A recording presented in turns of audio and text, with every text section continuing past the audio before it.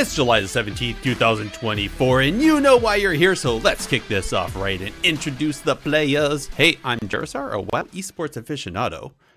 Hey guys, it's Big Man, and I'm a Wrestle Druid apologist.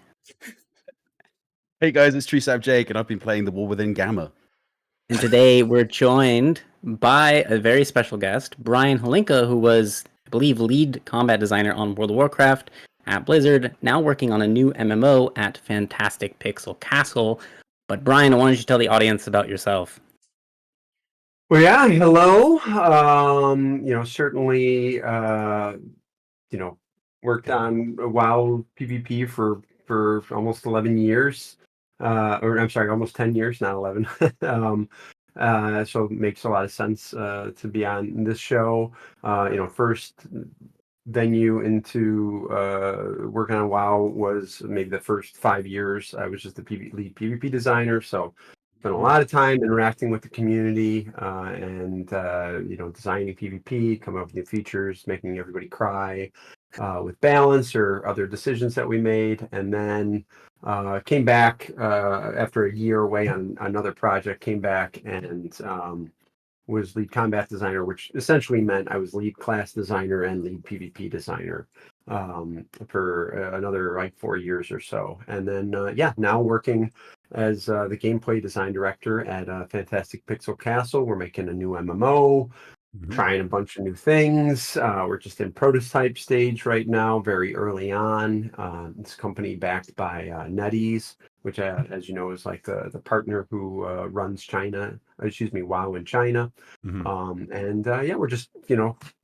really exciting, trying new things, starting from scratch, kind of being like, if we were making a game from nowhere, what were the decisions we'd make? And that's been a really fun thing to do.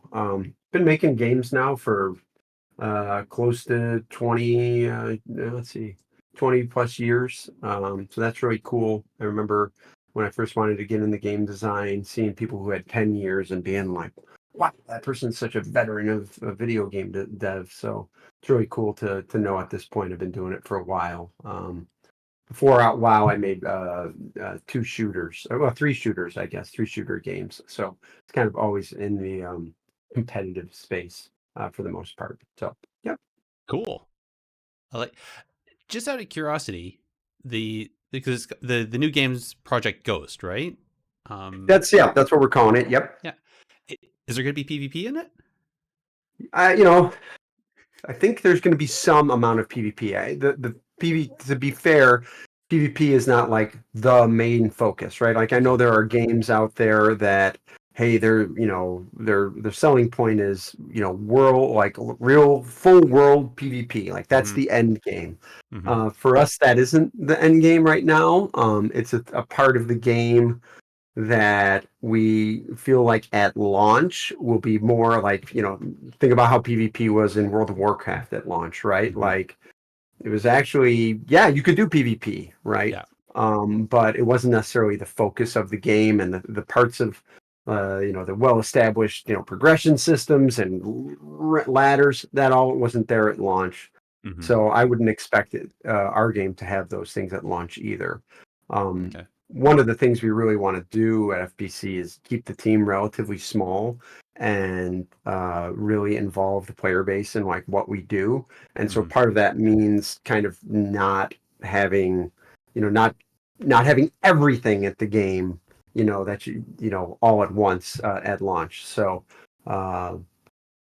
makes sense. One of the things though I'm excited about though, and the potential for PvP in that game is that one of our big hooks is this, what we call blue zones, which are kind of like procedurally generated, MMO zones, right? So think of any MMO zone you've ever been in, and they're very curated, and everybody has the same one, and that kind of makes it this consistent experience, a world that everybody goes into. We want to create those zones, but we want it to be different every time, right? We want people to be able to basically roll as almost like Valheim, creates a new world for you to go explore in. We want to be able to do that for MMO zones, and I think there's potential there to with not a lot of effort, kind of create PvP environments and just say, yeah, there's PvP objectives in here, maybe battlegrounds or game modes. And it's different every time you go in there. And I think that could be a really cool, different take on PvP that we would do initially, or shortly after launch. But we're not planning on having like rated arenas right at launch, if that makes sense. No, that totally makes sense. And thank you for giving us that little insight into what's happening over at FPC. I know you guys have been very transparent in your design process, which is refreshing to say the least. Yeah, it's it's something Greg, obviously, he was very, open with the community when he was working on WoW and constantly going back and forth. So there's just a bit of, let's do it, let's be open, let's talk about it honest. And I think the danger is twofold. One is that, you say something like, I'm talking here now and we're in prototype and so much could change 3 years from now, right? And the risk is that you talk about things and people either develop their own idea of what it's going to be, or they get excited about an idea and then we move in a different direction. And so you risk the risk is that you don't hit people's expectations and they're like, that's not the game I thought we were getting. And that becomes the narrative, right? Like, oh, they didn't make the game I thought. So if you don't tell anybody what you're making, then what you come out with is what you come out with, right? And so the danger of talking about it is that you create this hype and excitement in people and then you can't live up to it. So I think we just are not worried about that, right? Like part of it is just, if we take everybody on the trip with us and we're real transparent, then there's no like, hey, this isn't what I thought about, because you've seen the game all along, if that makes sense. No, it does. And I like that a lot, actually. But yeah, sorry, you automatically reminded me of the whole, I think it was the, where's my moose in World of Warcraft? Where's my moose meme? Oh yeah, how long it took to get a moose to be added. So, or dance studio and stuff like that, or what was the other? Yeah. There's obvious examples there. I mean, it's a great example. Like you talk about, like, hey, we're thinking about putting class, not artifacts. I can't remember what the word that was used, but remember it was like quivers for hunters and librams for paladins. And wrote a cool blog about it, and then it unfortunately doesn't get done for one reason or another, and then people are kind of like, what happened to that, Hey, I saw on Twitter today someone was asking about a duck mount, like apparently we were promised a duck mount, we never got one. And I remember a conversation about it, and I thought it was going to be a late stage thing, but I don't know. It'll still happen. I mean, hopefully one day. Yeah. Yeah. So normally we do a need, greed, and pass as a bit of an icebreaker. I think love to do that with you there, if you don't mind, Brian, though. Yeah, sure. All right, so I'm going to roll right into that. One sec. This likely won't be a clean fight, so keep your distance, Harry! Yes, so in the greed pass, one of us will pose a scenario with 3 options, and generally we take turns in saying, out of the 3 options, which one would need, which one we greed, and which one we would pass on. Just a reminder for those listening live right now or listening at home or on the drive at some other time, don't forget you can also play along in chat here or over on our Discord. But in the meantime, I'm going to toss this over to Jake because it's his turn to present the scenario. Yeah, it's my turn. I was kind of having a little think about what would be interesting, and I was kind of trying to pull in my collective PvP system experience, and I regrettably realized I have such a small amount because I've been so focused on one particular game for the majority of my life. So I was thinking of some things to do, and I kind of landed on a sort of like League of Legends style 5v5, sort of you're kind of almost like building, destruction, kind of MOBA style, but from an MMO point of view, as one option. Then a battleground style 10v10. Obviously, Brian, I love that idea of of an ever shifting sort of PvP sort of area. Could be that kind of style. Or the final option, a smaller competitive 2v2, easier to balance, but easier for people to kind of put things together on from a competitive point of view. So those are the 3 options I've gone for. So who's going to start? I think I'm going to toss it to Brian here since he's the guest of honor. So might as well put him on the hot seat right away. Sure. I I think I kind of probably need on battleground style stuff.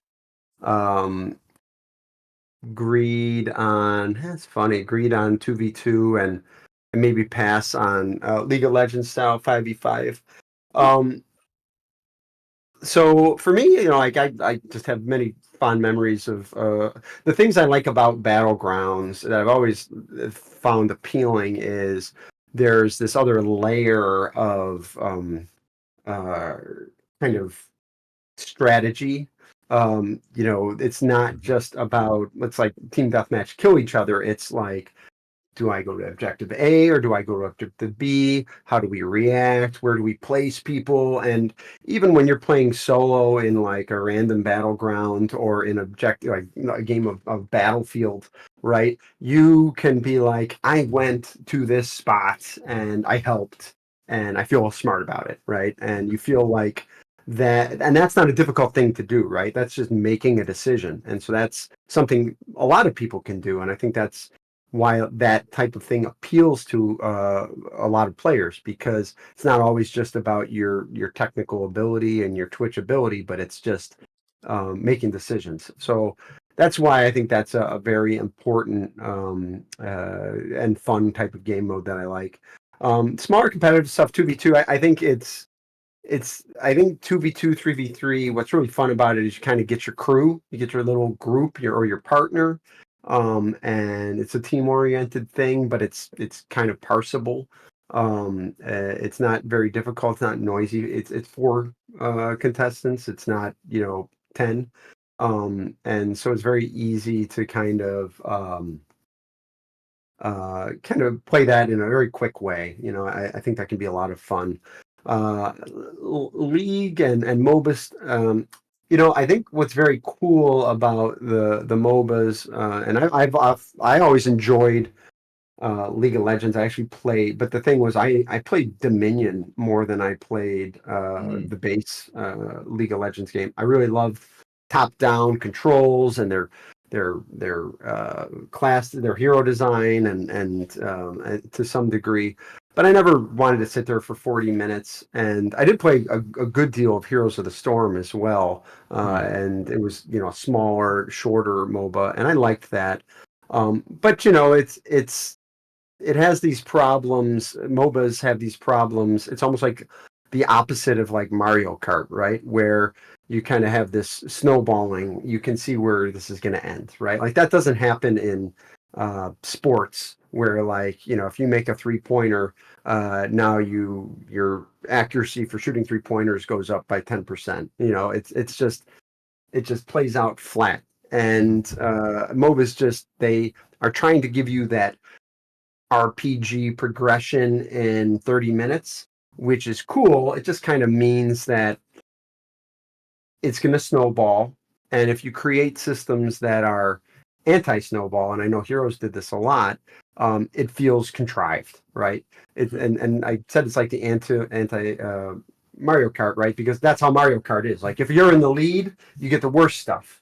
If you're in the back, you get the best stuff, right? And it tries to like bring everybody together. And it's a party game. It's not like a serious competitive game or anything. But I think I've always just felt like MOBAs just kind of have that problem where, yeah, it feels cool to level up and everything, but you just kind of can see very quickly where the game is going. Yeah. A lot of competitive Mario Kart people are really angry at you right now, Brian. They're probably out there somewhere, man. Yeah, they're seething. If I've learned anything being on the internet, it's just that somewhere there's a group of people that take something very seriously. Yeah. I can't imagine who those people would be. I couldn't. My mind is fogging me. So I feel like Will, Big, do you wanna? Yeah, I'm actually going. My answers are pretty similar, but I'm actually going to need on 2v2. For me, at least, it's a very nostalgic game mode. Just playing with one friend. I really like that, and especially as a healer, you get a lot of agency in 2v2 that you don't really get in other game modes. You know, it really feels like you can have a big impact on the game with your entire toolkit, which I really enjoy. And yeah, I just think that deep connection with one friend, and it's the slow burn that you kind of have to deal with, and it's a very slow paced game, and it has this dramatic finish, and it's kind of like running a marathon. At the end, you're just like you're panting, but you did it. So I really enjoy 2v2. I'm gonna agree on Battlegrounds because I also think they're very nostalgic. Having these, as Brian said, you kind of have these decisions. Like the decision trees in Battlegrounds are like crazy compared to Arena. There's so much you can do, and there's always kind of that feeling of going to the drawing board and that tension of trying to figure out a strategy on the fly, which I think is really fun. And I think BGs more than anything, they feel very cinematic. There's the pacing of Battlegrounds is sometimes very dramatic, where you have these crazy momentum shifts that again you don't really get in Arena in the same way. So yeah, definitely like BGs. I am gonna pass on 5v5, even though I really enjoyed the bracket in World of Warcraft Arena. It's kind of this hybrid game mode in my mind. It wasn't really like Arena, but it wasn't like a battleground. It was, kind of something else. It was like a team fight in a battleground. That's what it felt like. I really enjoyed it, but yeah, I think 2v2 and BGs have my heart. That's awesome. It's interesting.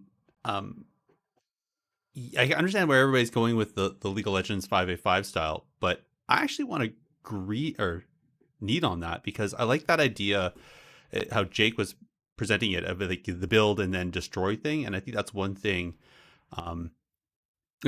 For almost every MMO with some sort of PvP, it's like, here's the map, here's a static area, boom, 2 teams go in there and fight, and then achieve some outcome.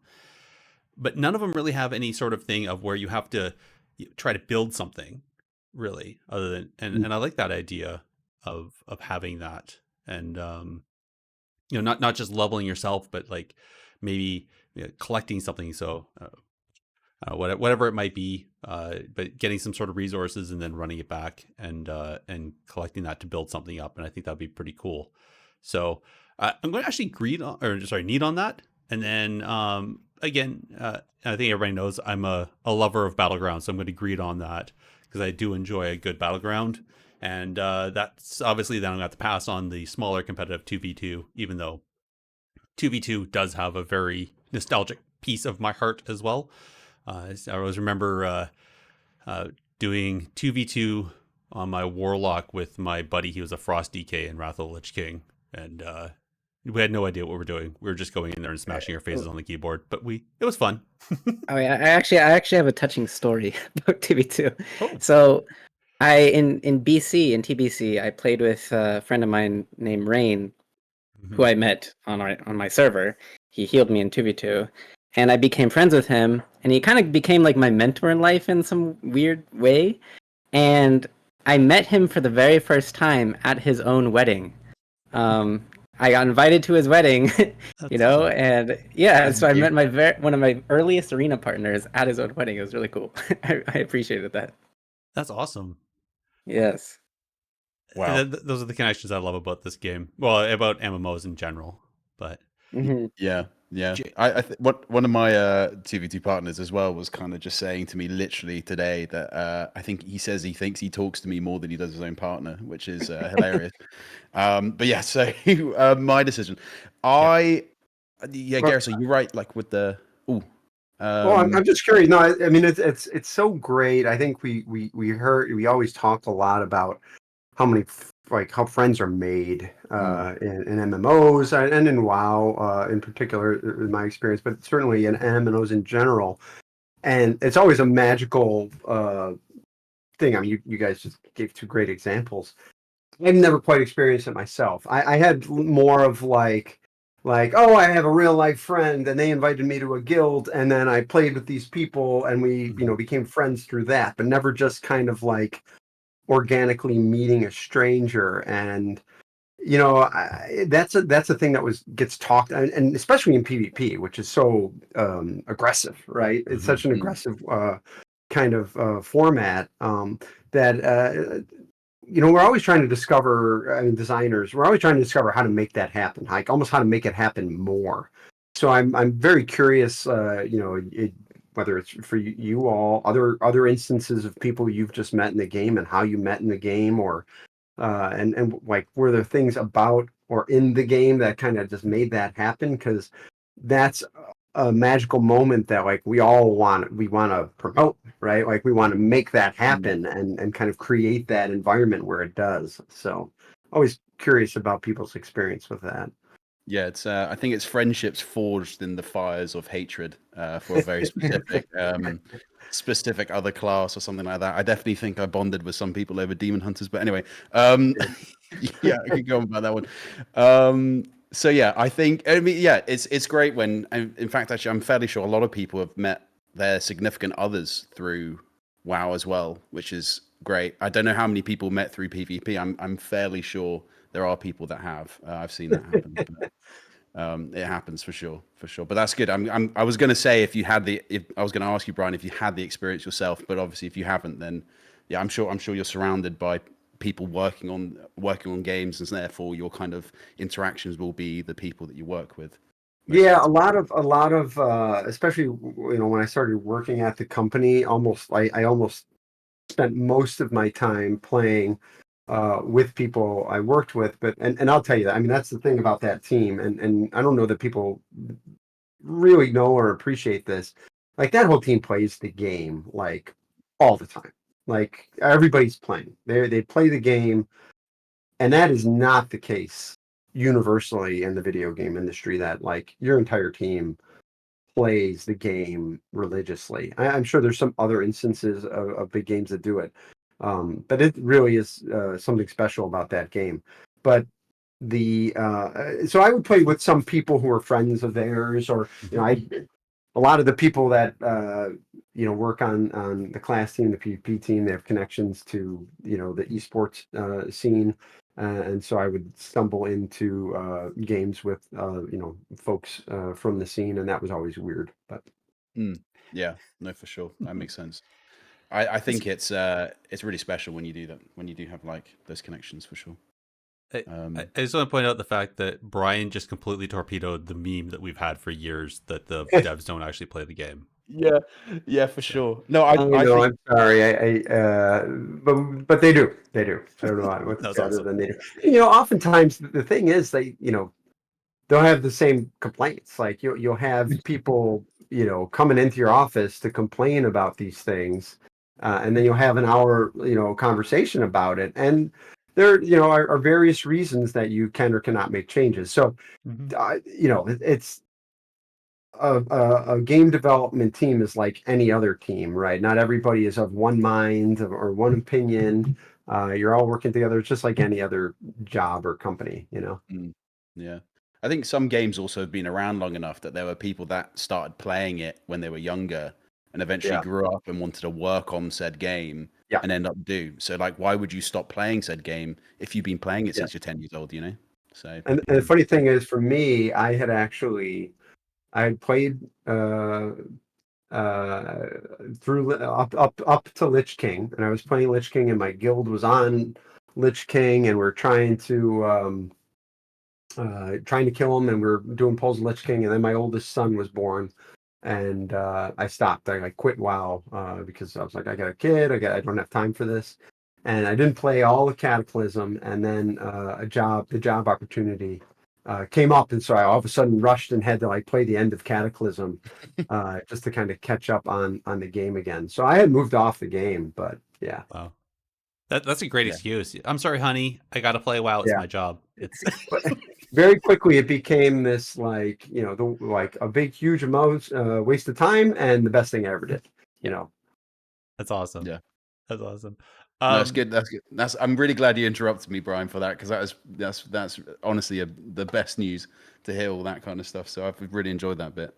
indeed. Yeah. Um, I mean, what I'm going to say now is just nothing in comparison. So I'm quickly going to run through my options. I'm going to need probably the smaller competitive 2v2. It's just in my blood. That's just how I was born. Can't change that. That's just 2v2 and 3v3 is my go-to. I like the concept of a 5v5 where it's kind of like a builder spender, like I sort of introduced, kind of in the same way that Gareth was talking about. Quite enjoyed like just a different version of looking at how we do slightly bigger sort of arenas. I say arenas in kind of inverted commas. And I'd probably pass on Battlegrounds just because I did way too many RBGs back in Shadowlands and it ruined it for me. So I'm still struggling with the trauma from that. So there we go. Too You know, far. one of the things that I was always a little jealous of the kind of the MOBA format was, you know, the match ended with you crushing their base, right? Like and killing them all, and I think that was pretty cool. Like to have that resolution of not just like you hit an upper score limit or whatever, but you know you broke their fortress, and I always thought that was a cool natural thing to have kind of happen in Yeah. a game. I like that about MOBAs for sure. Well, I mean, MOBAs developed from Warcraft 3, didn't they? Yeah. As a concept, and I think that's what's really interesting. In my head, I saw like you're playing the peon that I would Mhm. kind of control in Warcraft 3 that was Right. moving around and stuff. And I think that'd be a kind of cool way of coming at it, but you know, Yeah. it's just a different way of thinking. Indeed. I see people starting to give their opinions on their choices in chat, but I think we should move into let's go back to the subject analysis and actually get back to I guess really continue our conversation about developing PvP. I'm gonna light you up, sweet cheeks. Indeed. I don't even know why. I don't even know why I write show notes anymore for these kind of episodes, because we just like immediately start going into it. And you're passionate about this, Brian. I love it. Yeah. We're passionate Just about it want too, to honestly. remind people that I do not work on World of Warcraft anymore. Yes. Mhm. Please stop tweeting me about World of Warcraft. But that definitely happens. Still, I think Sorry. like in Jake's like tweet, there's a guy like, oh, he's probably just going to talk about the new battleground. Yeah. I will talk about that. I'm very happy that battleground's coming out. I'm hoping more as a result. You know, part of the end. I mean, I understand the cynicism and the skepticism, but it it actually, you know, it's difficult to get someone who like has experience making levels in a video game and also understands World of Warcraft PvP. Like, I understand a lot of folks in the community are like, well, I could do that, but it's like, well, but you also have to, demonstrate that you have some experience or knowledge of how to actually work a tool that creates worlds, right? It's not just I can draw a map on a. So that took a while to find the right person to do that, and now the right person is doing it, and I'm so excited for them, and I really hope that this is the first of many. I mean, just as a fan of the game, I look back on my time on the game, and I consider my biggest failure that like we didn't make more battlegrounds. Like I just didn't get that done until I left. So I'm happy it's happening, and I hope everybody does have a good time with the new battlegrounds. So that was going to this is a complete tangent off of what Yeah. anything we but for your past experiences, but also I mean now you're into this new job, this new experience. But from a design perspective, obviously you need to have the right tools. You need to have the right person that can use those tools. A Mhm. person or a team that can then turn those take that idea and make it functional. And Mhm. at the same time, all of that takes, it has a cost to it, right? It costs time, it costs money. Yeah.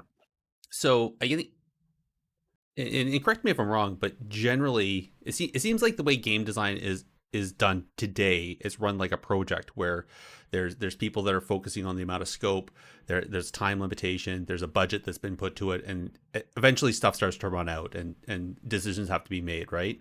So is historically, is that how many boundaries or obstacles have you felt designing PvP where one of those constraints, be it the scope, be it the time, or be it the cost, has constrained you from being able to do that thing that you wanted to do?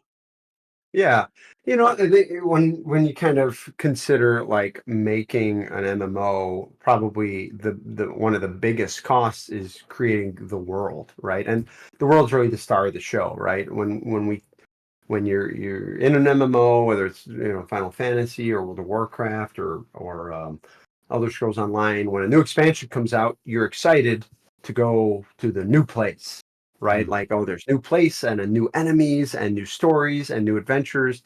Like, we've all gone to this club for 2 years. We are ready to go to a new club and hang out there instead, right? And so creating that space, right, that is beautiful and has a lot of story to it.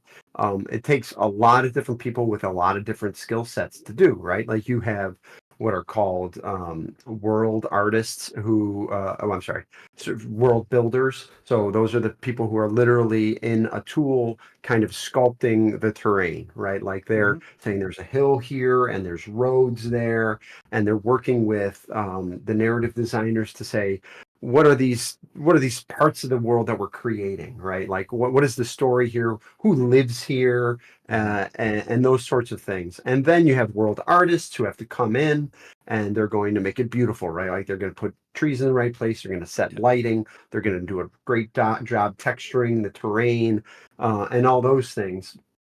And then, yes, you have some type of engineers who, if there's something special about the world that needs to be supported, they work on that. And the thing is, that same skill set applies to, let's say, creating world PvP zones, right? And so you have to have someone who understands line of sight and call outs and creating a space that feels like a real space in a world, and not just like because if you're going to fight in a battleground, you want to fight in something that feels like, yeah, this is a place people really want to fight over, but also feels fair and balanced, but not overly symmetrical, and the player knows where they are at all times. They can look up on the horizon and know, like, oh, that's the big tree, so I know I'm facing this direction, and they're not overly reliant on a map. And understanding all of that stuff can, there's a real skill and knowledge there, and they're shared. And so when you think about that, the main thing about shipping like an MMO expansion is creating those worlds. It's very hard to say, let's take somebody off creating the thing, the world that everybody's going to go experience, and make a smaller PvP version of it.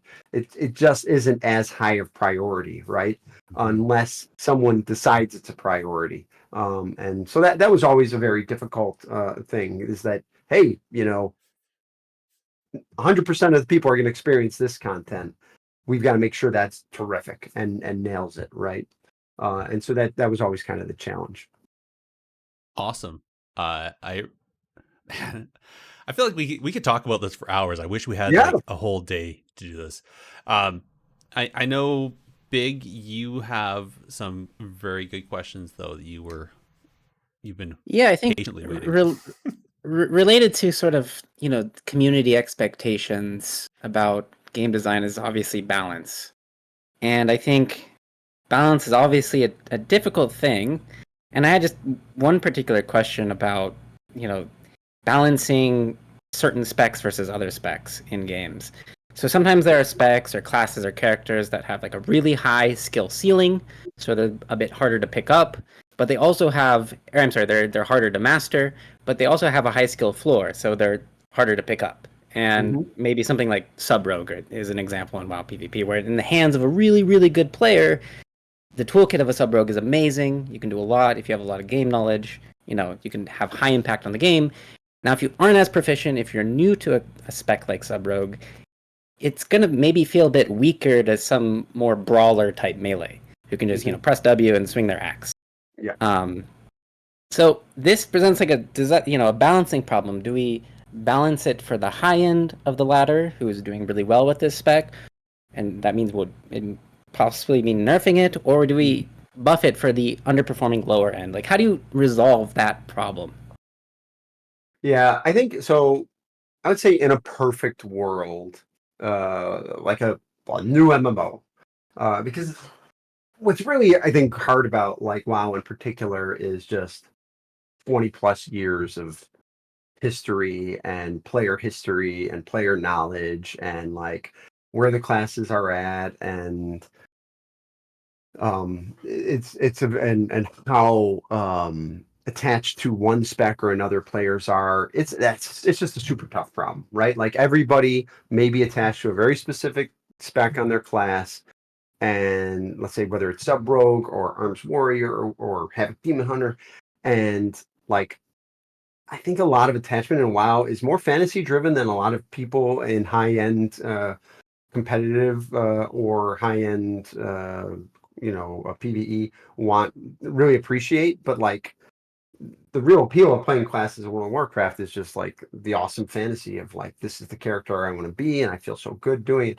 That people are very attached to that and they all want it to be. They want all of them to be um, viable, right? Like you are really attached to this fantasy. You want to feel good about it, and you don't want to feel like you made a decision. This decision that you made is now letting your friends down because I really love shooting fireballs out of my hands. I don't really like shooting purple balls out of my hands, but because of the way the game is, I guess I got to shoot purple, and now I don't like the game so much, right? So I think there's this desire to really make everything equally viable. In a perfect world, if you're asking me what I would love to see is, I do think there, and it's always a question of how much, but if more is asked, then it's if there's higher risk, there should be higher reward, right? Like if the higher skill is required,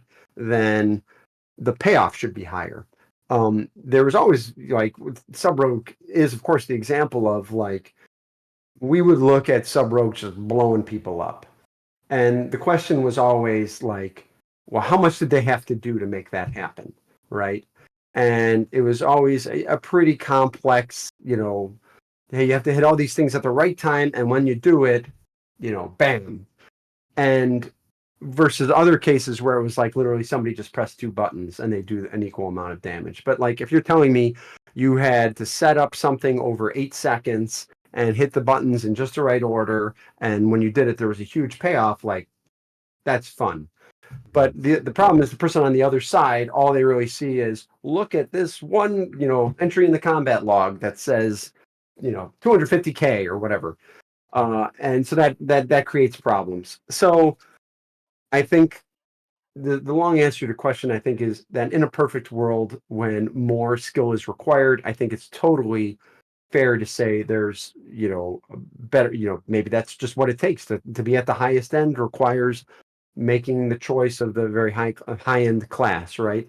But I think there are people who they'd be unhappy. That would make some people very unhappy because they may not like that class for whatever reason or that spec or whatever. So I think a perfect world would be try to deliver that fantasy and deliver like this is the sky, the high levels, the high skill ceiling version of it, and this is the low skill ceiling version of it, and you can play both of them either way that you want. But really, the person who's going to be probably more successful at the highest end is going to have more demands on their skill, if that makes sense. And yeah. I'm sorry. One thing is, it's always a question of like, how much more are we asking, and how much more does it give you, right? Like, if it's twice as good, then it's not a question of like, oh, can you play the easier version of the spec? It's like, well, it's twice as good. You got to play the harder version. So it's very easy to talk about, but hard to actually hit that numerical measure. it's funny what you mentioned about WoW being more fantasy driven than most people appreciate. And I think that really is you can really see that in the attitudes people have towards specific classes. Because I do think there's this whole cosmology of PvP MMOs that kind of operates in the background. And I'll give an example. Like, people really don't like rogues. Like, people have very strong opinions of rogues. And if you kind of think of what a rogue is from a fantasy point of view, it's like a thief. It's like a cheater. It's someone who is like exploiting you. And so naturally, you're not going to like this character because they're this sort of trickster, right? Compared to something maybe like a paladin. It's like, oh, how could you be mad at a paladin? You know, they're riding the horses. They're the honorable people. Yeah. So I think there's that whole element that a lot of people don't realize, that there's this whole cosmology behind a lot of their belief systems about balance. Also, I think another thing too is when it comes to nerfing something or buffing something, it's kind of hard to buff or nerf the right thing. Again, going back to Rogue, you know, I've seen a lot of people talk about nerfing cheap shot. You know, reduce the duration of cheap shot or something by 1 second. It's too long. Well, that creates this giant ripple effect downstream for everything else that happens to the rogue. You know, that 1 less second means, well, their damage is nerfed because now they have to restun earlier. Their defensives are nerfed because they don't have as much lockdown. So it's like you get this crazy ripple effect, I think, that people don't realize. And I think sometimes when we read patch notes, we're like, that's a weird change.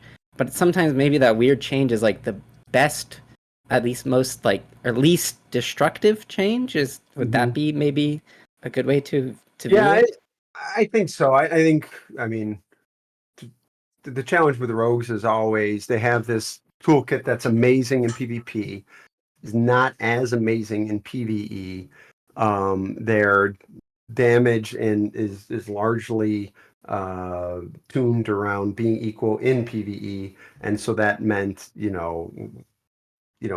were always kind of like, well, then they're going to have this control in PvP. They don't get to have all that damage, right? And then that would make the rogues unhappy. I think when, for better or worse, I would say there are a lot of changes that would happen to WoW classes that, like, whether there were a change made in PvE that affected PvP or a change of PvP that affected PvE. And it kind of like forced a meta change on like the game. And honestly, I think it was just for the best. I know oftentimes it would be like, why would that change happen? I'm so mad. But like there is some amount of like it's chaos in introduced to the system a little bit, where change happened and now the game's different, and that's probably keeps it fresh a little bit, even if it felt infuriating at times. Like, I don't understand why this happened, and it's just kind of like, well, game's different now, and I get it. I get when you feel very passionately about these things, that feels very frustrating. But when you think about it, the game's been around for 20 years. It survived those things. You have to. It's kind of like it kind of imitates real life. It's sort of like adapt, evolve, or stagnate, and disappear, I suppose, in a way. But I've got a question actually for Big. If people are kind of biased depending on what class you are, does that mean that you hate the environment if you hate Resto Druids? What? You hate Resto Druids, does that mean you want to chop down trees? I guess maybe it does. I don't know. Yeah. Anyway, just hate our tree ants. So, yeah. Jake, you've been quiet though. Do you have a? I have. Well, I have been. I didn't prepare a question. I feel like I feel like I don't want to shock Brian with my random rambling of things. But actually, to be honest, I did. Well, I have one thing. I did think of something, Gareth. So don't worry. I did think of one thing. I want to ask you. We talked about the design that you wanted to take with your new game, in that you kind of came at it with like a blank canvas. Like how do you do that? How, when you go into design anything like that, like okay, we're a load of veteran game designers coming in, we want a blank slate, like where do you start? Like what is that first thing that you actually try and pinpoint? Well, you kind of create like kind of vision statements and goal statements of like, what do we want the game to be, right? I think one of the kind of big, actually I just don't have it right in front of me, but one of the things I think about MMORPGs, and I think this is kind of what the team thinks, is it's about going on adventures with your friends. Like it's about getting deep into this power fantasy, these cool classes, and then just going through a world and doing that with your friends. And so that kind of drives a lot of other like kind of sub goals. It's like when we're talking about going on adventures with your friends, right? Like we're not saying like, well, only your good friends, like only your friends who are really like it, are awesome at video games. Like if you think about like Elden Ring, part of that is like we want to create challenging combat, that really tests people and they feel satisfied for their accomplishments in a game. And that is, I think, a higher level goal for them than perhaps ours, which is just like, yeah, we want you to go adventure through the world. And so that kind of dictates like, all right, so what do we want combat to be and to feel like? And part of it is like, well, we want it to feel approachable. Who's our audience? Our main audience is core MMO players, people who have played Final Fantasy or World of Warcraft or Elder Scrolls Online or many of these other popular MMOs, Guild Wars too. Those are the people who know who Greg Street is, and they're going to play our game. So that's the big type of person we're making a game for. So that's going to kind of define, all right, what is the vision for our combat model, right? Uh, and what do we want to do and accomplish there? So you start kind of listing out a bunch of goals and kind of developing this vision for what you want combat to or part of the game to be. I'm just going to talk about combat because that's like the main thing I've been focused on right now. Mm-hmm. Yeah, of course. And then we just kind of, I like make slides and stories of just like, to describe to people what combat is going to be like, just literally made like PowerPoint pictures of characters running around and kind of telling the story. Oh, you press, you see the monster and you look at it and then it becomes your target and you press this button to open up on it and then it starts casting this spell, so you press your special counter button and just kind of make a story of how like a typical engagement will go, just kind of give everybody an idea of how you envision things working out. And then just a lot of and then just sort of organizing like what are all the things we need to do to get that done, right? And just kind of breaking it down into tasks of everything that needs to and kind of start sorting that out and prioritizing it. What do we think is the most important thing? What is a part of the game? Like during prototype, what we talk about is let's do the things that we can't make a decision on unless we see it in game ourselves, right? I can you can if there's another game, like you have an idea and you can see it in another game somewhere already, like just go look at it and say, I like that or I don't like that. We're going to add that to our game or we're not. And then that can wait to what's called pre-production. But if there's something that we're like, this isn't in any other game, like Blue Zones is a great example, where we can evaluate how it's going to work. We've got to implement that. And so that's what we spend our time during prototype implementing so we can evaluate, is this working? Do we know what we want to, how we want it to work? Then in pre-production, we start working on basically laying the groundwork for the game. Like that's when we actually start working on things that you can see in other games, and we've got to do our own version and we've got to make it really awesome. So that's kind of a really kind of wordy ramble on how that's all done. But ultimately, the first thing that you do is just kind of create a PowerPoint that says, this is the vision of the game. And it's all words and pictures. That's awesome. Honestly, I think I'm actually so excited for those Blue Zones. I feel like that like a ever shifting sort of battleground PvP sort of area that has a lot of things involved is something that could be really, really interesting for sure. Yeah, and I think one of the big things that we wanted to do on the combat side is we're trying to make a game that will be familiar, but feel like it's kind of fresh and the modern day version of MMO combat that you've seen. Like we, for one thing, trying to make it playable on a gamepad. There's a lot of players, whether it's, the game ends up on console or not. There are a lot of players. My son's, one of my sons, he doesn't really like mouse keyboard. He just likes gamepad. And so that means that, we might not be challenging the dexterity of, a WoW player who can handle 30 different keybinds, at a moment's notice.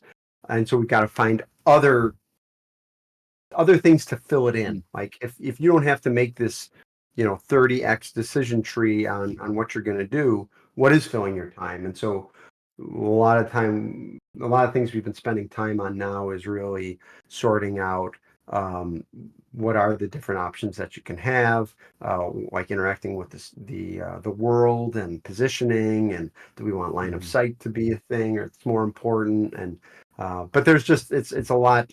Like if there are less spells and abilities, we've got to find something else for you to spend your time doing and thinking about.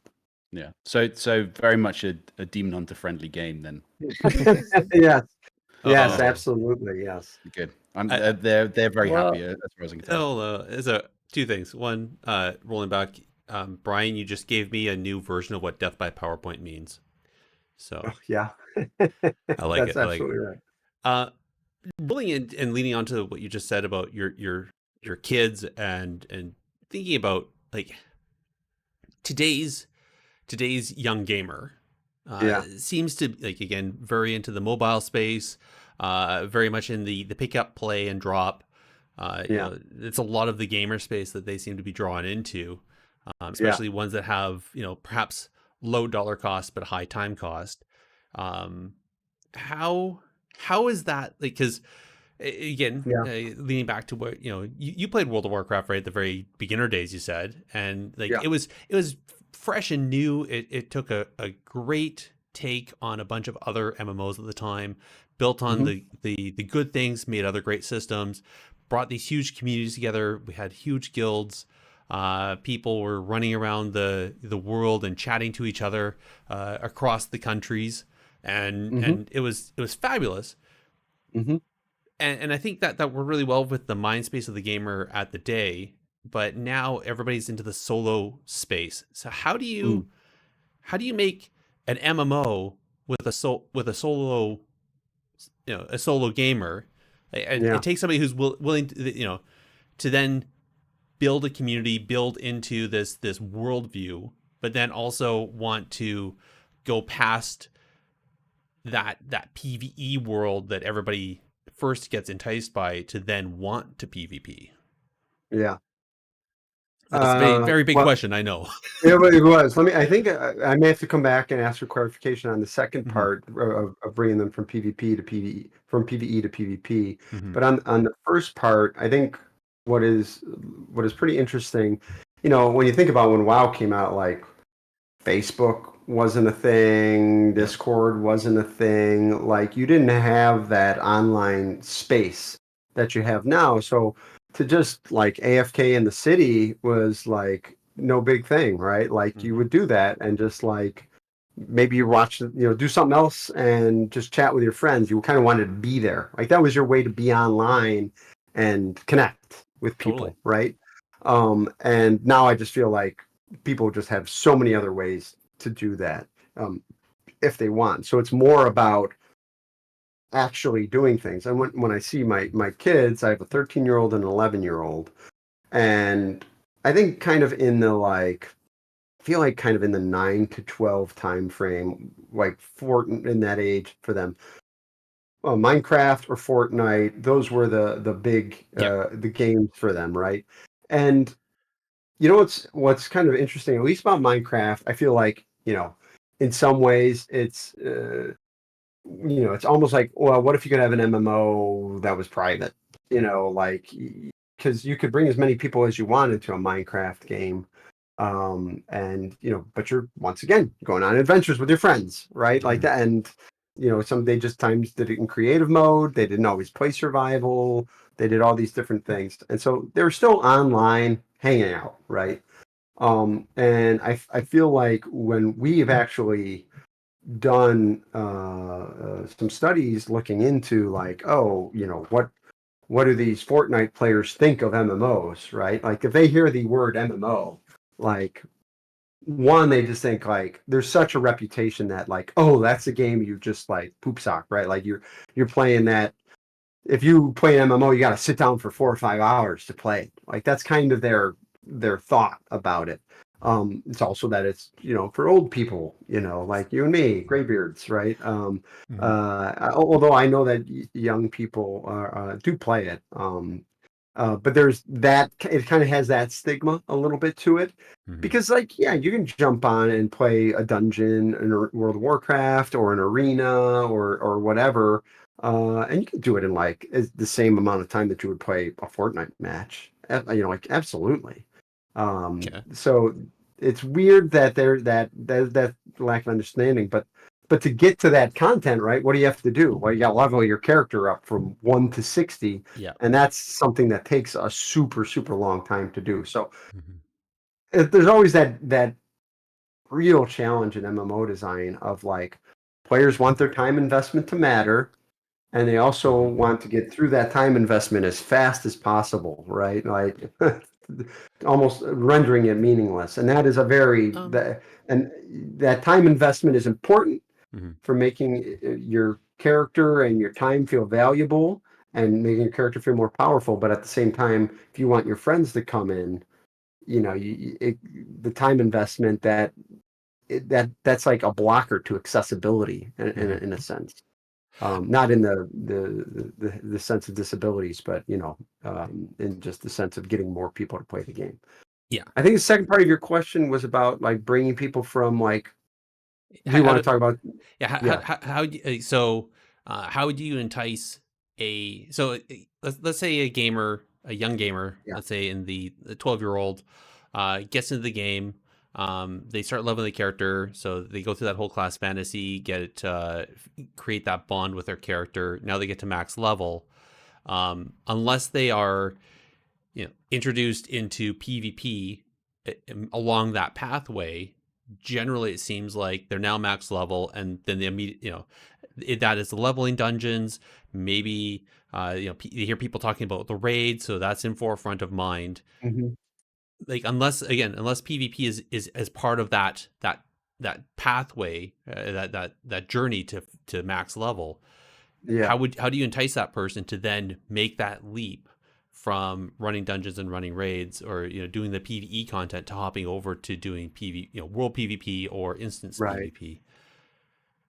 This is it's sort of tough. This is sort of tough thing because I've certainly spent a lot of time trying to get more like more people who just did PvE to do PvP, and I'm sort of the mind that like, I mean, certainly just some people don't like it, right? Like some people just they do not like the idea of someone else killing them. That's not what they're here for. Like they have goals they want to accomplish, and they don't want to do it. There are others, I think, who look at it, um, who people who do enjoy PvP games, and they say, why would I want a balanced competitive game to prove my abilities. And I just want to get right to that. Yeah. I don't want to do all this stuff you're talking about, right? And so those people get turned off by the MMO PvP experience. I think I feel like focusing on like, hey, how do we get more of these people to do PvP is less important than just saying like, listen, there are people who want to do PvP. Like there are people who they enjoy MMOs and they enjoy leveling up characters and be invested, and they also love then fighting with other people like that. And so I think just creating content that that those people are happy to play and enjoy is just valuable because it is just another activity for those people to kind of enrich that game. And so I think I understand that, like, if you like something, you want other people to like it too, right? Yeah. Because you want to be validated that like this thing I like is cool, and and especially in this kind of day and age, everybody's like, looking at the numbers on everything, and they have a lot of visibility into how popular everything is. Mhm. And so there's some degree of like, how do we grow this thing? But I think in the case of MMO PvP, it's like it's so challenging to get everybody over that hurdle of I'm a person who loves time investment in an RPG, and then also now I'm also one of those people who likes competitive stuff. It's a it's a smaller group of people, and I think just focusing on that group of people and making stuff they like, that's just what's most important. Um, and That makes sense. alternatively, you could just kind of find out, well, what don't you like about the current offering, and try to offer them something different, right? Like, Yeah. I think the fantasy, and this is so difficult to deliver on, but I think the fantasy a lot of MMO players have of PvP is 1,000 of us are lined up over here. 1,000 of us are lined up over there. We're gonna crash into each other and have like a 3 hour long battle, and it's gonna be glorious. And Yeah. we're both gonna feel like we had it was a great time, and in the end, we won. Yeah. And like that is really tough to do. I mean, so many Yeah. games. There's a graveyard of games that have tried to do that. Mhm. But I think that is probably the format of PvP that your average person would rather do, because it is very intimidating to walk Mhm. into the arena Yes. when you don't feel like you're a very good player of the game, but you just enjoy playing the game with your friends. So you don't want to get into the arena. Mhm. So I think but there are people who they're in the heyday. I know people, it's a bad word, Ashran, but like in the heyday of Ashran, there were these pre-made groups, Oh yeah. and there are huge, large communities Yeah. and grandmas and people who didn't PvP, but they loved this large community they were in, where they would Mhm. just steamroll Ashrans, right? Yep. Yep. And those people loved that format. So I think that is probably the untapped format for Mhm. MMO PvP that I think could draw more people in, but very difficult to do, very difficult to design, very difficult to test. Yeah. I mean, it's not like you can just say, "Hey, we're going to play 100v100 5 times a week and just really dial it in." Yeah. It's a tough That's thing to do, but you get, yeah. yeah. And then also have the hardware being able to handle it, because that's like, Yeah, it is. And like and I when you remember have a game, Rune Gaming would bring servers to their knees when they try to portal in for a World PvP event. And yes, and sorry the for game, was the game has over the years become more complicated. Like your average Mhm. character running around, you just see it in Classic. The number of ores they run around with in Classic versus the modern game. It's just each character is a lot more demanding. Yeah, no, I can imagine. Um, and there was a question I had there as a follow-on, but now I can't remember what it Oh, was, so that's okay. sorry. No, don't be sorry. I just thought, I love these based off conversations. of what Brian said, was is that there's going to be a load of grandmas running around in World Classic. That's for sure.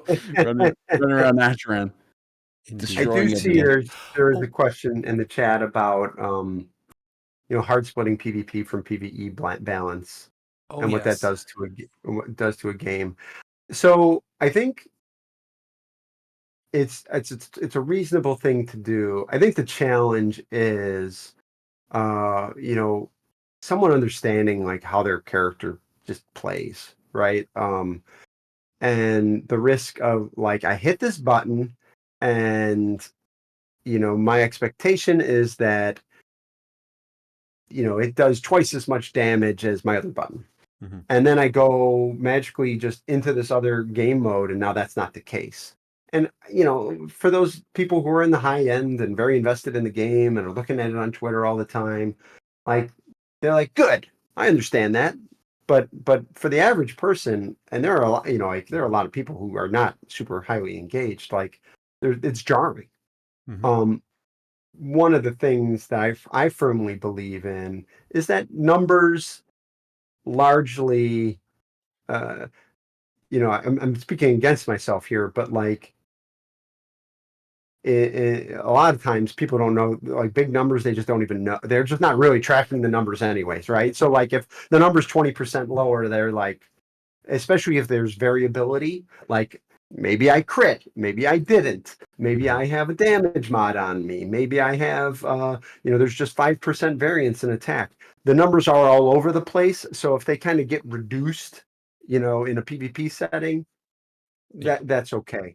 I think totally redesigning a rotation, like, oh, I'm gonna, and you walk into PvP and now this thing's up 15% and that's down 20%, and the game just plays that's not great. I think that's not good, because the game is just so different and all you did was just walk into a different game mode.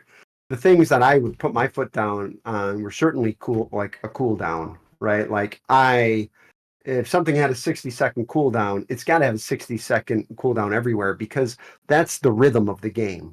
That's, how things play out. And I don't really love the idea that rhythm just changes mysteriously.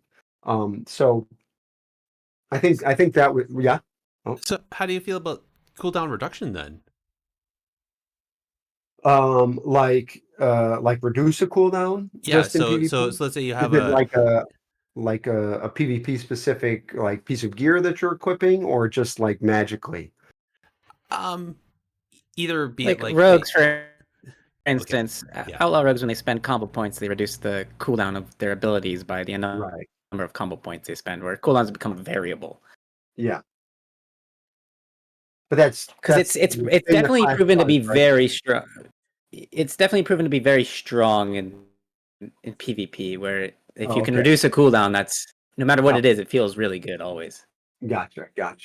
I mean, I would say that's not something I would love to do differently in the two different game modes. I would try to look for other solutions first, for That's sure. fair. That's fair.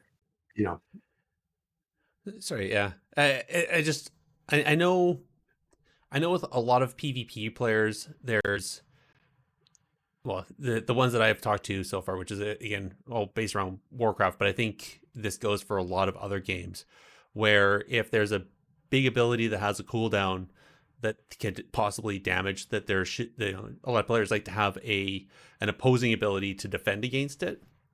So they like to have that yin and yang of defensive versus attack. And when you have something that then does a reduction on a cooldown that then desyncs that, where then a person is able to push another ability and a person can't defend against it, that's where that feels bad, I think. And I can see that, like in PvE, that doesn't matter, because it's a dance. The boss is always going to do an ability at XYZ time, Yep. versus PvP. Yeah, what's interesting there,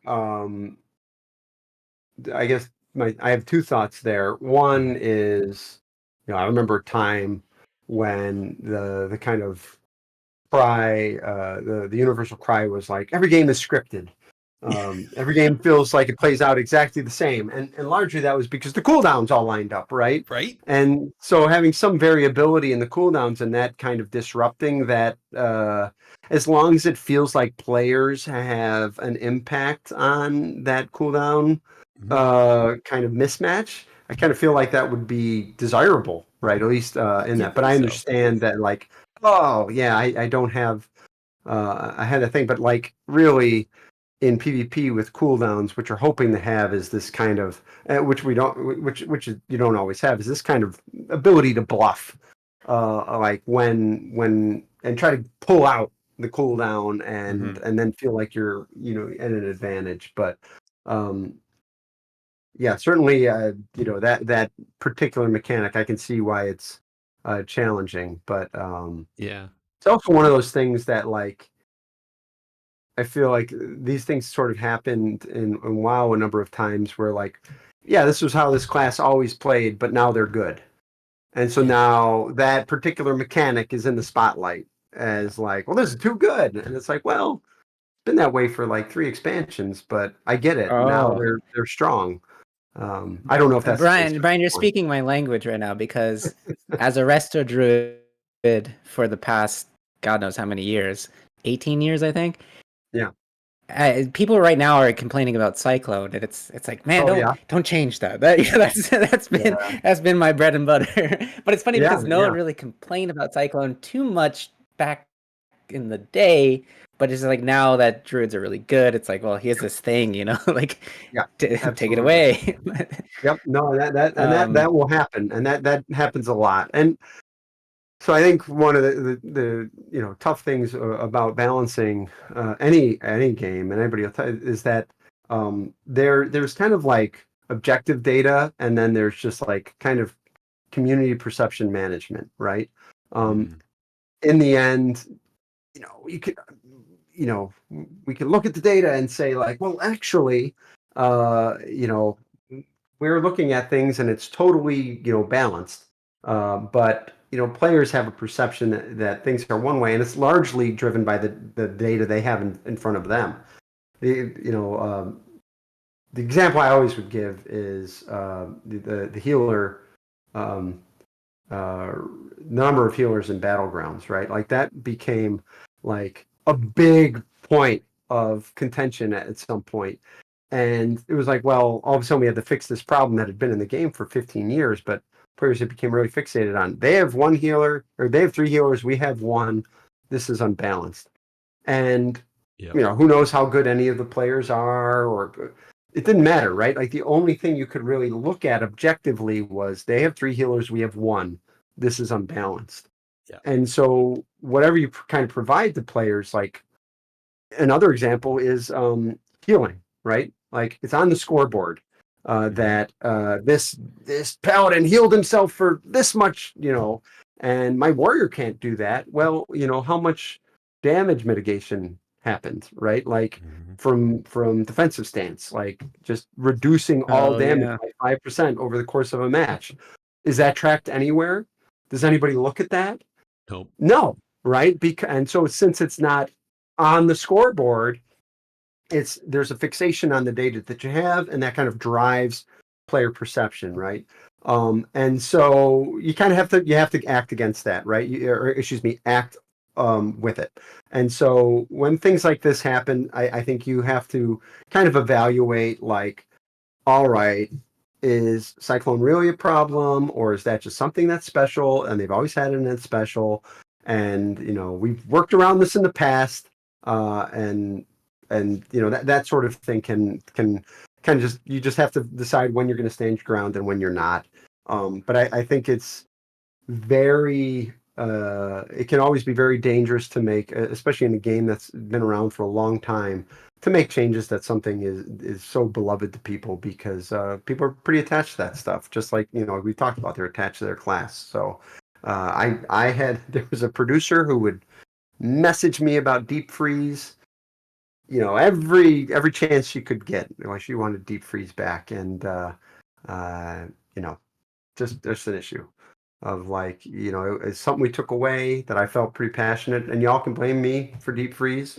If it's back because I'm gone, No, if it's back no, because I'm gone, I definitely held the door on deep freeze for years. But yeah. I'll We've got message Snowdrift. Vin Rookie after this. Let him know it's you. It's well, it's Zaryu actually. Zaryu was passionate about It was it. Zaryu. Yeah, Zaryu Yeah. really wanted to. Yeah. He did. A lot of angry mages everywhere, for sure. So again, leading into we're talking a lot about classes and everything. The class, the Holy Trinity, right? Your tank, DPS, healer. How hard is that? What's the impact for that on PvP? Yeah, and for the good and for the bad. Yeah, I think it's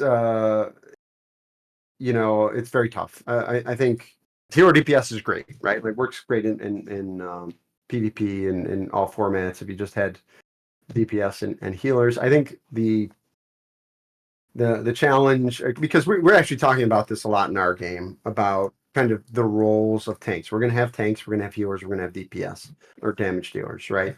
And one of the things that we want to do with the game is really try to not as much as we can protect the thing about the role, that is critically important. Like the healers restore health bars, right? And as much as we can, let's let that be their thing so that they're needed. Because what's valuable then is I made the decision to play a healer, so I'm very valuable to this group. The damage dealer just going to be able way better at killing stuff, right? And that's very valuable. But like we should not be handing out too much heals to them so that they still feel beholden to the healer. Tanks are the tricky one, right? I think the traditional MMO tank is largely one that just says, and kind of the fantasy that a player has when they play a tank is literally like, I'm just going to jump in and smash people in the face, right? And you can punch me all day long and I'm not going to die, right? Like that is someone who, has never played an MMO before, and they are creating a character and they see a guy and he's in a lot of armor and he has a sword and shield. His mindset is, this is going to be awesome. I'm going to be invincible. Like that is the fantasy, right? And that doesn't work really great in PvP, right? I think where I thought it worked, I think MOBAs actually were really good tanks because it's so much about being out in front and initiating and creating the fight and kind of controlling the battle space, largely because there was collision in MOBAs.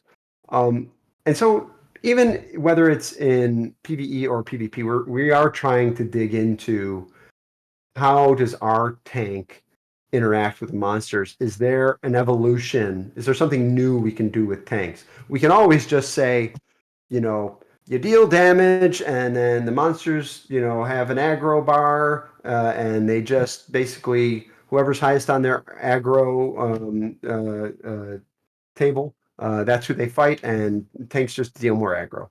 We can do that, right? But it would be nice to kind of like, I always use this bar fight analogy, right? Like if the the four of us were to walk into a bar and start fighting with, 4 other guys, they're hopefully not all gonna like attack Jake and just leave the other 3 of us to kick them in the butt, right? No, like that's not what's gonna happen.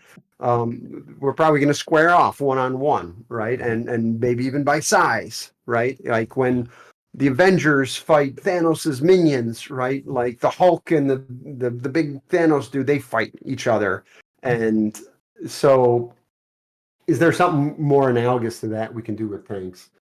To work kind of more on control and mitigating damage, like could reducing damage be the arena of tanks, restoring health be the arena of the healers, and obviously killing people be the primary thing damage dealers do. And maybe that would be a healthier world for PvP to be in as well, right? Because now it isn't so much just that like the tank is an immortal god and now you have to deal with that. And the immortal god that can't do anything. And that's essentially where you have to drive the tank in PvP. But really, I felt like generally, at least in my time on WoW, that this was an issue that the players spoke pretty clearly on, that how they wanted it to be. And so we largely took the cue from the player base that like, they don't want it. They don't want it in an arena. We'll try to make them playable, but not top end viable. Yeah. Which I think that worked. Definitely when it came to WoW. But yeah, I think the biggest part is just it was annoying for people to try to deal with something that was built to be a aggro monster and a disruptor. And yeah, I can see, but I get, yeah, you're right. Like, wait, if we go into a bar fight, I really hope they all chase after you there, Brian, because you're big and strong, and they, I'll just stand in the back and throw rocks. It's gonna be a bar fight against the Mario Kart enthusiasts. That's right. Yeah. That's our real enemy. They're the ones approaching us in the bar. They're very upset. Indeed. So I know. Thank you for giving us as much time as you have, Brian. I know we've gone Yeah. well beyond what we originally agreed upon, but I very much thank you for that. We always Yeah. end our subject analysis though on the one thing we would change. So I'm gonna tune this to more of an a very generalized PvP thing. But as far as maybe in the general sense of PvP and PvP systems, if there's one thing that you had like ultimate power and decision making and unlimited resources to make it happen, what would be something that you would change about the PvP and the systems in pretty much any game? Or Yeah, and I've thought a lot about this for our game because certainly would like to support PvP in some way, and I think I think this comes down to rewards in my mind, and having parallel reward systems I don't think is healthy for either parts of the game. So specifically, just the fact that like everybody wanting it to be equitable, and that I have found just generally that like if you make a piece of content and then you say, hey, we did this content and we also have a PvP version of it, and then trying to figure out the rewards for that, right? Like it's well, as we talked about, some people just don't like PvP, yeah, and so they're not going to do it, and so they don't want to be forced to do it. So, but PvP is a deterrent, so you should probably reward the PvP version a little bit better. And what is the exact number there that like works, that makes people who do the PvP version feel like it's fair, and the people who aren't doing it don't feel obliged to do it. It's a magical number that's really hard to hit. So I don't like parallel reward systems, like saying there's a PvE version of the reward system and a PvP one. So I'd rather see PvP have its own vector on rewards, and just kind of like if whether that means gear kind of comes from PvE, but like PvP has its own one slot that is just only from PvP or something. I'm just not all completely been thinking about this problem, so I don't have a excellent design just yet. But whether it's prestige in PvP or something along those lines, I just think largely I would not want to go down the road again of trying to design two equal systems for rewards. That's the main one. all right. That sounds like a very tough problem. That is, that's definitely going to take a lot of time to figure out. It is. I mean, there are times where my imagination was, you walked into this Coliseum and it was literally like, leave your guns at the door and go to your locker and get all your stuff that you've earned in the Coliseum over there and put that on, but anyway, but people want this stuff out in the world. So, Well, not gonna do something like that. So. If you're enticing collectors and you're giving people things to collect, and then they're going to use that for their e-peen, then they want to be able to flash that wherever they can. So it makes sense for sure. Or they want to fight each other out in the world, and they don't want to feel like they were at a disadvantage. Like, I'm a good PvPer. When we fight out in the world, I should have an advantage. So that makes sense. Yeah. Big. What is there anything you change? Yeah, I'm still waiting to get my paycheck to make a documentary about WoW PvP. I think it would be amazing to have something like that because I think storylines are really important for PvP games. Being able to sort of tell the lore and history behind some iconic players, I think is just, for me at least, a really cool idea. I mean, it's, if you pay attention to Super Smash Bros, there's a Smash Bros documentary, which is kind of attributed as something that create a massive resurgence in Smash Bros Melee. An old game for the GameCube that is played on CRT TVs. So I think, if you're able to tell really cool storylines and kind of get people interested in sort of characters and, the gladiators, I think that's really cool and really motivating for at least a particular type of player. So making a PvP documentary is what I want to do. I like it. I can't wait for you to make that, Big. Do you need help? And I'm just waiting for my novelty check, to come in the mail for $1 million or whatever it takes. That's it. Jake, what's the one thing you change? Oh man, I think I actually, you know what? I feel very inspired by what Brian was talking about with the open communication with your fan base and the people that are supporting you and the people that would be playing the game. That actually would be my ideal situation for a game, for an MMO. I think having an open conversation, especially in a part of it that you really enjoy, like for me, PvP is a big thing. Having open communication on that and the design choices and the reasons why and everything is the ideal. Like I feel like 90% of the reason why people get upset is they don't feel like they're able to find out, and as soon as they find out, people are annoyed for like 5 seconds, but they forget like 10 seconds later. And I think that open communication you've been talking about, Brian, is the one thing I would definitely want. So I feel very lucky that one thing I would change is something that's going to happen in the future. Awesome. I mean, we know how much you want communication, though, Jake. It's been a year. Yeah, it has been. It's been over a year. It has. It has. And I haven't tagged Brian once. That's the main thing.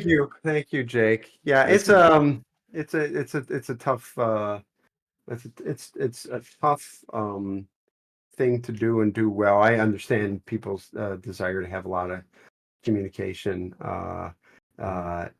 It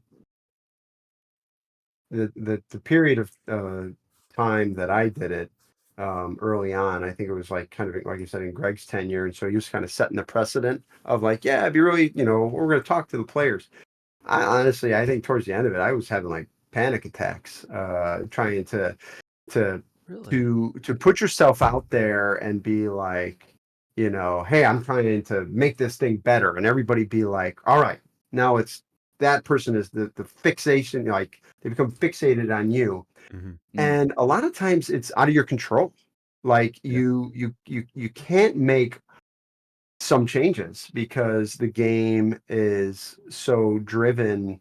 It has two parts of it, right? It has PvP and PvP, PvE and PvP, and there are some constraints on you, right? You're kind of handcuffed and unable to make some certain changes, and yet everybody blames you, for it. And so it was a very difficult time. And people were pretty nasty, and you can say, oh, you just have a thick skin and ignore it and everything. It's like, you still got to see it. Yeah. And you can have a thick skin, 99 out of 100 times, but what if one really gets you, and you, the inverse is just not have that. And so I think when, I guess my recommendation is like, if people are unhappy with the current situation, I don't think you're going to bully them into talking. Like No. that's not going to work, right? No. Like because I see the tweets. I see tweets of like, kind of like trying to like shame, because I sometimes will get looped into it, right? And the problem is you cannot tell 10 million people to behave. Like you're not going to be able to do that effectively. Like you cannot change the internet. No. But I think for this community, I would just say like, probably understand that like bullying people into talking doesn't work. I'm not saying you're doing that, Jake, by any means, No, but I didn't think I see other people, like it's like trying to shame Blizzard into talking. Be like, oh, this other game is, so great at talking to people and stuff like that, or we haven't heard from anyone in 3 years. Like, like if everybody's doing their best, believe me, Yeah. they're trying No, really hard, I'm and sure. they care a lot. They care a lot about what you all think, and they want you all to be happy and to love the game and think the game is awesome. They want that more than anything in the world. Of course. No, I totally believe it. I think for me, it's just a demonstration of passion rather than a kind of sort of repetitive annoyance. At least I hope it's not. It's meant to be a demonstration of passion rather than annoyance. But Yeah, no, very well said. Very well said. It's funny because I assumed the lack of communication, especially like response to things on forums and that, was a avoidance of the observer effect, where if somebody says something and then a blue responded to something like or a dev responded to that thing, then that conversation automatically morphs rather than if you just snap back and watch how that conversation organically grew by the community, then something really awesome can come out of that without even having to participate in that conversation. Yeah, and it's true that any conversation you engage in is immediately lifted, right? And so I think, and there's just, quite honestly, there's a heavy cost. I felt like some people are really good at it and others are not. Greg, two people come to mind, Greg and Ian, and someone named Jay Gill. Very good at just banging out super eloquent, bulletproof explanations of things. I need to sit down. If I'm gonna write, I'm not an eloquent person. I have to sit down and write and be like, okay, are they going to pick apart at this or that? Because sometimes you make a mistake and somebody's going to jump on that one line mistake, and so it takes a good amount of time for some people, and some people, don't have the time. Like, wouldn't you rather them be working on the game? But I get it. I get the desire for engagement. Hey, talk to us. We want to know what's going on. I get all that, but it can be pretty time consuming. Yeah, no, I get you. I as I wrap this up, the one thing I want to change is I would like a new. It seems like a lot of games use the a version of the ELO system for their rating and figuring it, for rated PvP to help leaderboards and figure that out. And I'd love to throw a butt ton of money at some mathematician to figure out another way to do that. Because ELO kind of works, but I find you end up running into some issues in various stages of ladder play throughout a season. And then there's always the conversation about how long does the season have to be and all that stuff. And I wanted to go there, but we didn't get there, so that we'll have to put a pin in that one for the next time you're on. We'll put a little pin in that one. Sure. Sure. But that's one thing I would love to do. Is I'd love to find another system that is maybe better than ELO and figure that out. But yeah, it would have been scandalous, but Marvel Snap does something I would have wanted to always do for a while, which was just it introduces bots at the lowest MMR, at the lowest ELO, so everybody's winning. You basically have and the real challenge, I think, is there's a direct correlation between the number of games you play and your rating, right? And there is not a direct correlation between it's an inverse correlation between your rating and the number of people in the world available to play against you, right? Yeah. So I think people at very high rating, it's very hard to are very hard to they're like, where is everybody? There's nobody playing the game. And it's like, well, there's 10 people at your skill level in the world, and you all need to decide to play at the same time. So but yeah, I don't know if your main problem with MMR was what's the main issue you see with MMR? Honestly, I don't have a problem with it, because I play at such a low level that I have a 3-minute queue. Yeah. But just what you mean, the high end folks? Yeah. It's more the high end, but also trying to get into it. Yeah, and I think when MMRs fluctuate dramatically, but where rank one season might be 2,500 and one season might be 3,500. Like, as a player, you kind of want your number to go up steadily every season, but then sometimes it doesn't, but even though you kind of proportionally did better, it's very confusing, I think, to a lot of players. Yeah. The nice thing about I feel like there's a lot of ELO systems out there. I remember Hearthstone. It was like you started rank 25 and you go down, and actually, what I didn't like about that was so you hit rank 5 and you're just you cap out. Mhm. Like at least with WoW, it's like you start at 0 and you go to some invisible number, Yeah. and now you're just kind of going up, but you might not have a sense. Like an 1800 ranked player, he may not have a sense that like, oh, 3000's the at top end, right? Like, Yeah. and where am I in that? They just know that like there's a reward at 2000 that I want to get. Mhm. And Well, and WoW used to I start at think there's value 1500, there. right? You used to start at 1500, Yeah. then you'd either go up or go Right. down depending on Right. Right. what you're. Yeah. Yeah. But then they changed personal rating to like kind of chase Mhm. rating. So Yeah. Yeah. Anyway, that's anyways, I've my delayed answer. my departure more than you guys have. Yes. So, and it's cool talking to you guys about all this. This was Of course. awesome. I really appreciate it. And no joke, door is always open. So if you'd want to do this again, we'd love to have you. Cool. Bro. Yeah. But Thank on you that, guys. no worries. All right. You have a good one, Brian. Thank you very And much. I'll no, talk to you all later. indeed. Ciao. Thanks, Brian.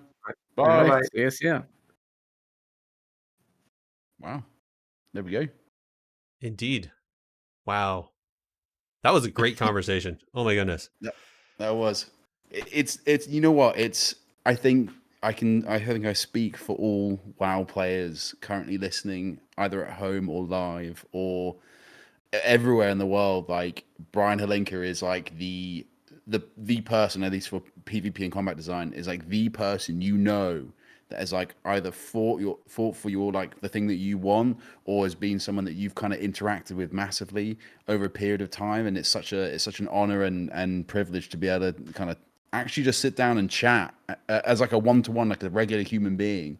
Because obviously, we all are regular human beings, but you kind of have this sort of, this is someone that kind of worked on something that you actually play day in, day out. And I think that's just, yeah, it kind of blows your mind a little bit. Yeah.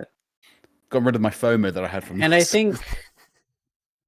think people don't truly appreciate how good WoW combat is, and Yeah. probably how much of an impact Holinka had on WoW combat, because if you play older games, you play different MMOs, there's this sort of clunkiness that you don't feel in WoW. Like WoW, you feel like your character has this good fit. There's good physics to your character, the way it moves, and there's kind of a really good pacing of abilities. Pressing abilities in WoW always feels really good.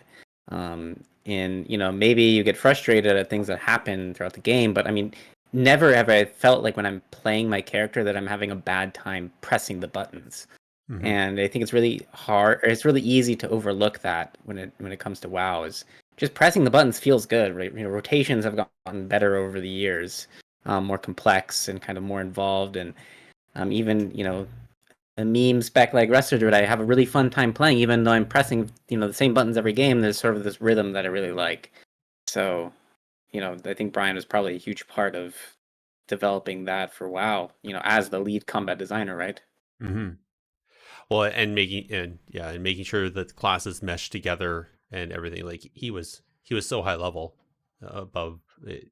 I don't think he was like making sure that a Windwalker when they did Fist of Fury did XYZ, but more making sure that that whole toolkit meshed well and countered to other classes. So his knowledge level must have been huge, and definitely Yes. he definitely had a big part to it. So again, super happy that he joined us. I know it was a bit of a time coming. Lots of tweeting out to him on Twitter, but I think that was probably the best it could have been, considering. For sure.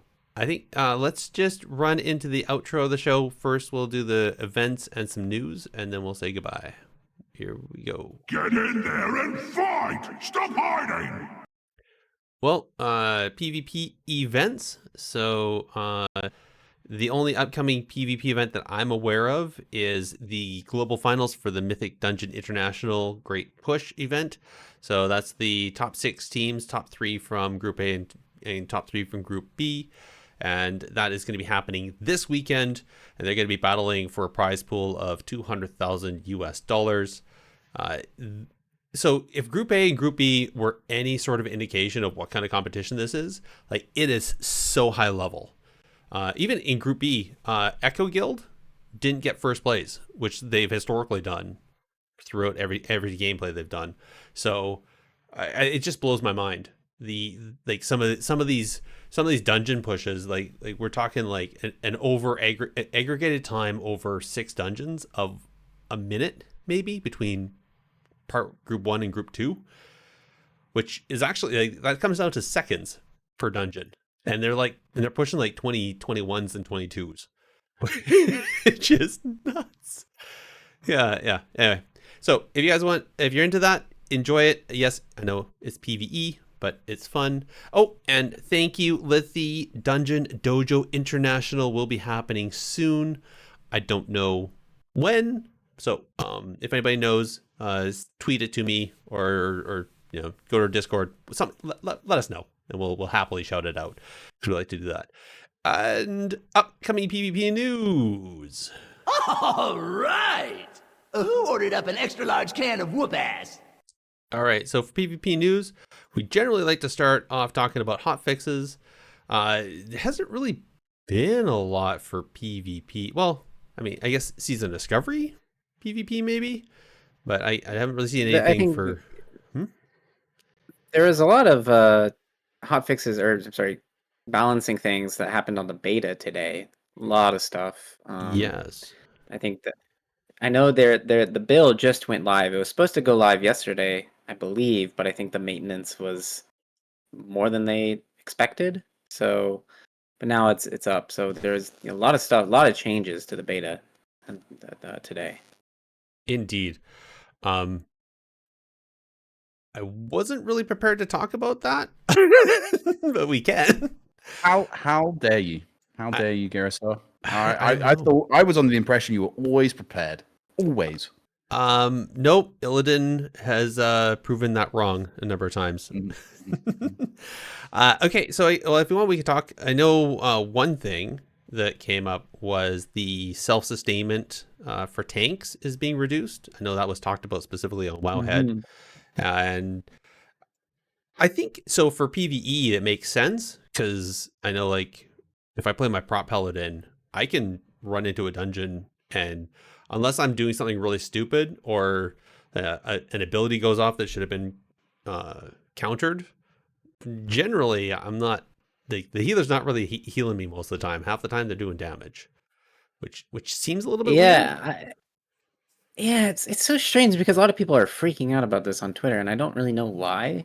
Because when I watch, if you watch any Mythic Dungeon stream, usually the tank is out healing the healer on pulls. And it's just like the healer is, as you said, doing damage or spot healing when needed, pressing their cooldowns, their externals when needed. But tanks do so much healing. Like, they're so I know, like, it used to be sort of blood DKs that were the immortal tanks, because they could just death strike their way through any amount of damage. But now, like, every tank is just like insane. And I think even in some high level keys throughout the past 2 seasons, there have been really high runs where without a healer in the group, or the healer will respec in the middle of the run. So clearly tanks can handle stuff on their own. And I think the healers have been saying, at least in the forums, that they want to feel like healers again. And so they buffed HP pools, they nerfed tank survivability, now you can be a healer again, right? And I think as a tank, being immortal isn't necessarily a good thing. I mean, I guess it makes you feel really good, but yeah, it makes you feel really powerful. My concern, though, is from a PvP perspective, is right now tanks in PvP take more damage, right? There's a bunch of modifiers against them. So if now their damage mitigation is reduced and they have no self-healing or minimal self-healing, then what's that going to look like in PvP, especially in battlegrounds where you need tanks to for doing flag running and that, unless they're going to get rid of that completely and maybe, or get rid of those nerfs, or even go the way of the battleground blitz where non-tanks actually get a slight buff to their durability so that they can flag run, as because now they're not taking as much damage. there was I believe it was in And I think in Warlords of Draenor, there weren't tanks in RBGs for some reason. I don't remember why, It's but because like, of Rogue's burst of speed was just Yeah. too OP. yeah, rogues are the FCs. Okay, yeah. So Mhm. there's really no reason to have a tank. Okay, gotcha. No. Because I know remember Legion is the demon hunters are like leaping across the Yeah. map and So stuff. yeah, World of Draenor they didn't use tanks because the rogues could just do it and get across the map so fast. And then I think that got nerfed or what. And then demon hunters became it because they could do so many Then, other things, and they were just OP. mhm. And then flags And had Guardian a Druids when yeah, and Guardian Druids. But I think at the same time that's about when they added in when you held a flag, it became dead weight, so then you couldn't go as fast. So it okay, slowed you yeah. down. Yeah, they started doing things like that because the demon hunter ability when you're a tank, where there's a PvP ability where you do like a burst of speed, and you can't in like a short in one direction, like you can't really, you have to stop you have to stop casting it or remove the buff in order to drop out of that form. And when you're carrying the flag, you actually go slower than if you're running. Like it's just ridiculous. So that was a hot fix I remember, because it was ridiculous trying to catch a demon hunter at first. Anyways, so I think that was one of the big things that I saw as well that came up from these beta patch notes. Again, I'm not sure. I didn't really read a lot of other things. Is there anything else that jumped out to you guys from the beta patch notes? I mean, not me personally, because I haven't been as invested in the War Within so far. I'm Mhm. sure as the season ends and we get into the new expansion, I will be. But yeah, I wouldn't say Okay. I have any input. I'd say Big's got the better It seems. angle. I mean, it seems like they buffed a lot of healers today. Yeah. So But I think that's the flip side. I think that they I did don't. that to counter the tank nerfing, right? Yeah, probably. Actually, that makes perfect sense. So they buffed a lot of healers. Mm-hmm. Not a lot of other miscellaneous. I mean, we're seeing now. I think the start of PvP changes Yeah. on the beta. Like So of course, the stacking deserter debuff, which you talked about before the show. yes. Actually, Brian gave us some insight about why all these years AFKing a solo shuffle wouldn't put your whole account as a no-show, and it was because of technological limitations Mm-hmm. that they had nothing on the technology side to make that happen. So there's probably some new tech that was developed at Blizzard for making it so now if you AFK a solo shuffle, your entire account is debuffed. Before that wasn't Yeah. possible with the technology. So that's kind of cool. Mm-hmm. Yeah, it was great for him to give us that little insight. He was actually quite excited during the pre-show when we were talking, and he saw that. He's like, "Oh my god, they did that! Awesome!" And he's like, "Yeah." So it makes sense. I mean, yeah, like That's good. Hmm? I was, to be honest, really worried about people AFKing in BG Blitz specifically Yeah. because, there's, in Solo Shuffle there's 6 players, in BG Blitz there's 16. So Mm-hmm. the likelihood of someone AFKing is, double almost. I don't know how that statistically works, but you know what I mean. Yeah. So, yeah, I'm glad that because I think it's really rude to AFK unless you have to like save your cat from like a burning building or something, right? Like, Yeah. don't be a jerk and leave a game because you're frustrated. That's awful. What I was going to say about the League of Legends thing from earlier, that although I did make the suggestion, like having a really long match, I remember the thing that drew me always to PvP Arena in WoW was that it was like done in like 5 minutes. Mm-hmm. Whereas like I play a league game, someone comes in from my family is like, Jake, we need you, come quickly. I'm like, I can't AFK right now, otherwise they're gonna ban my account. It's kind of like you sort of the things you suffer from that stage. Whereas if I was playing an arena game, I'd be like, yeah, give me like 1 second, either I die or we'd like win, and then you can go off and do stuff as needed. And I think that's the thing that's so good from that smaller angle. in reverse to something like Yeah. League. Unlike in a BG where you're there for another 10 minutes because Yeah. Anyway, it's I think those are some big ones. While you were talking, I did scroll through the player versus player. I'm seeing a lot of no longer reduced, no longer modified items. So Yeah. so I'm wondering if they're removing a bunch of the tuning that was in place during Dragonflight to then get a sense to what the actual abilities do, and then they'll reintroduce tuning as they need to. So Yeah, probably. They're probably just trying to get a clean slate. Probably, it sounds like. that's my You know, they guess. because I imagine it's like the more the more things you have being multiplied, it makes things a bit confusing. So it's just like erase one of those multipliers across the board, Mhm. and then readjust after. That makes a Exactly. lot of sense. Exactly.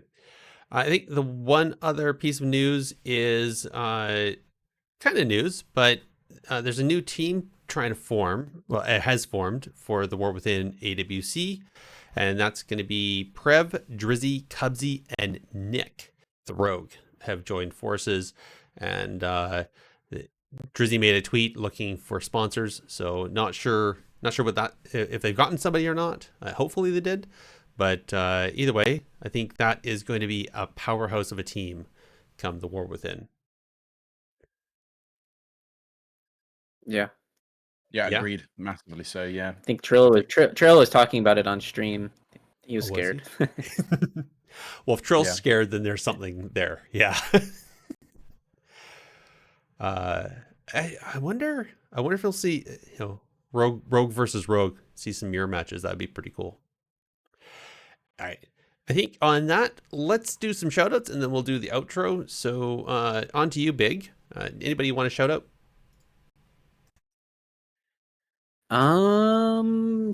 Shout out to add-on developers right now because I know the beta has been a mess.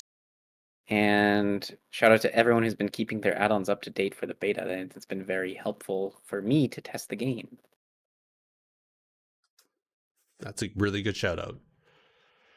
Jake.